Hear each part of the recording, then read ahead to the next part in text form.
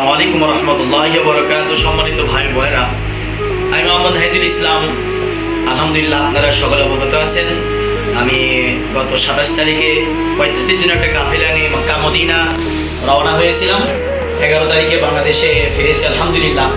তো এসে বসে নেই আল্লাহর ঘরে, পবিত্র একটা ঘর। আল্লাহ পাক যাকে ভালোবাসেন তাকে দেখার সুযোগ দান করেন।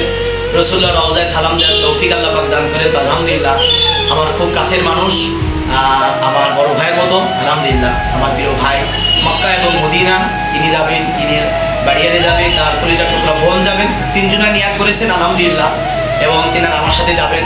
আমি তাদের ছোট ভাইয়ের মতো ইয়াসিন হজ কাফেলার দায়িত্বে আমি আসি আলহামদুলিল্লাহ। আমার ভাই মক্কা মদিনা যাওয়াতে নিয়াত করছেন, তার অনুভূতিটা একটু জানতে চাচ্ছি যে তিনি জানতে চাচ্ছেন কেমন লাগছে তার কাছে এখন।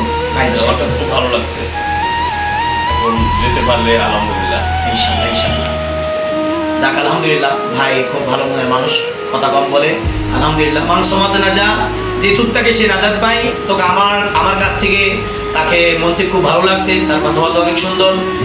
সে ভেড়ামারার একজন বাসিন্দা, বসবাস করে। আপনি সকলে দোয়া করবেন। আমাদের আগামী নভেম্বর মাসে বিশাল একটা কাফেলা তৈরি হচ্ছে আলহামদুলিল্লাহ। সেখানে আল্লাহর ঘরে মেহমান হাজী সাহেবদের জন্য, খেদমতের জন্য আল্লাহ পাক আমার এই জীবনটা যেন উৎসর্গ করতে পারি, সেই তৌফিক আল্লাহ পাক যেন আমাকে দান করেন। পাশাপাশি আমাদের ভেড়ামারার বামুনপাড়া অনেক হাজী আসছেন। আমাদের কাউন্সিলরাও গিয়েছিলেন, ডাব্লিউ কমিশনার গিয়েছিলেন, কমিশনার অনেকেই গিয়েছেন। আলহামদুলিল্লাহ, আল্লাহ পাক প্রত্যেকের হজকে কবুল করুক, আমাদের কাফেলা কবুল করুক। যারা মক্কা মদিনায় যেতে চান আমার সাথে যোগাযোগ করবেন। আমার বাসা ভেড়ামারা আল হিলাল স্কুলের সামনে, মাদ্রাসার দায়িত্বে আছি। আসসালামু আলাইকুম ওয়া রাহমাতুল্লাহি ওয়া বারাকাতুহু। ভালো থাকবেন, দোয়া রাখবেন।